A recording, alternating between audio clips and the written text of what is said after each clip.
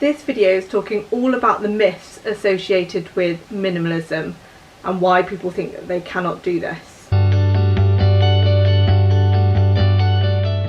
As I've gone down this no spend year journey, I've noticed that I've taken a lot of minimalist attitudes and mindsets that have actually spurred me on even more on my no spend year, and a lot of the things that I've noticed were particular myths about minimalism that I thought meant that I couldn't be minimalist myself.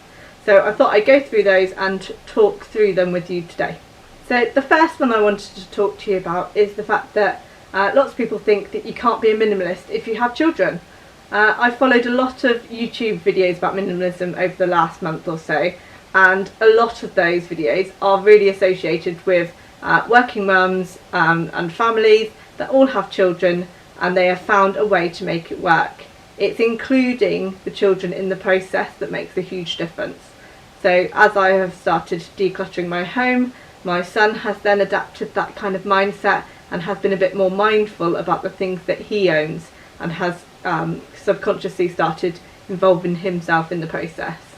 So lots of people think it might be expensive to be minimalist, that you have to buy all these organisational tools or boxes and things like that to be organised. You don't have to necessarily do that to be minimalist. That's actually a little bit of a misconception. When you're minimising your life, you're actually decluttering a lot of things, so you'll find that you'll actually not need as many storage items or storage containers to be able to store those things in, because you're actually getting rid of a lot of the things that you actually don't need. So people think that if you're minimalist, that you actually don't own anything. This isn't true. Obviously, I do have things in my home, but I try and reduce the amount of things that I have, or I make sure that the things that I do have really add value to my life. So I do have furniture, I do have items and knickknacks, but I am really specific about the things that I want to keep, and only keep them if they are adding that value. So there's a lot of things about minimalist wardrobes. It does not mean that you have to only have 5 outfits. You can still have a selection of items to choose from and arrange them. You don't have to go to a full capsule wardrobe with only like 35 items in. You can have a range of items. It's about choosing what is important for you to keep.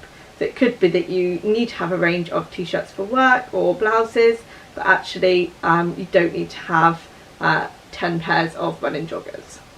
It's about assessing what things you do like and you do need and you do wear, and getting rid of those things that you no longer wear or no longer have a use for, or things that perhaps don't fit. So lots of people think it's tricky to minimalise, tricky to get started. It's actually a lot easier than you think. You can do it in stages. You don't have to necessarily do your whole house and your whole life in one go.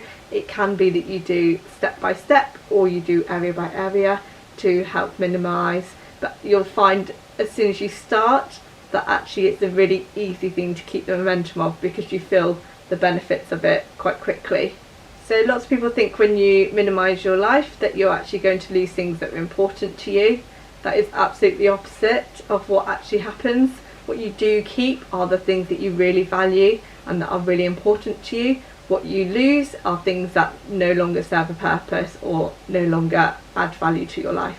So actually you are keeping all those important things that you think you need, and that's really important. So things that do happen when you have a minimalist mindset is that you'll find that it saves you a lot of time and it saves you a lot of money, because you are thinking really carefully and are being more considered with your purchases. You don't find that you're doing lots of buying of things because you're thinking about what it is you actually need to maintain your lifestyle.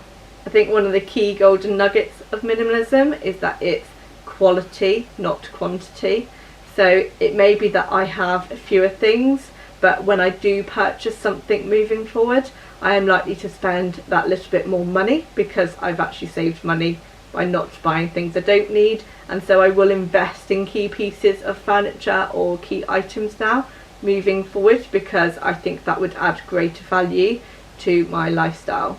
And in connection to this, it's not about owning little items or little amounts of things, it's actually owning quality items that really impress you and make you feel good about your home. So you're still having those key pieces that you need.